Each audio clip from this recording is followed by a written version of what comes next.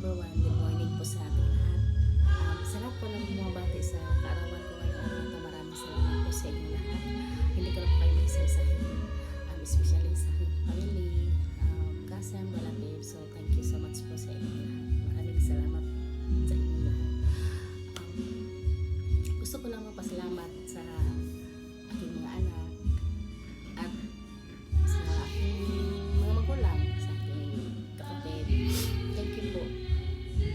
May gusto akong, may isa akong pasalamatan na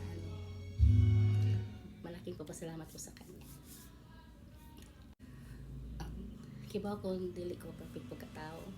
So, isag dili buo man ang ako ang anak karong adlaw sa akong natawan, pero kibaw ko nga ay ko lang, pero dili ko lang napangando yun. Importante ang akong anak may buo na sa ako.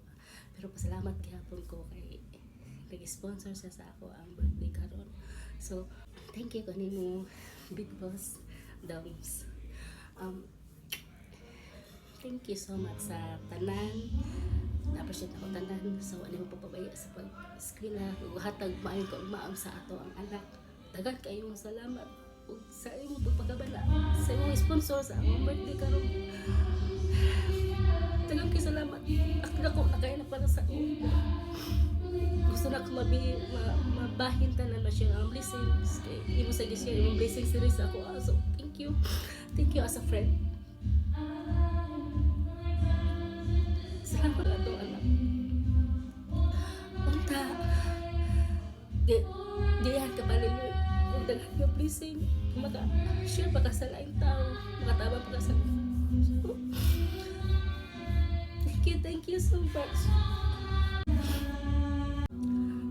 Dili na magiging ako maghikay. Ako mga simba lang ko.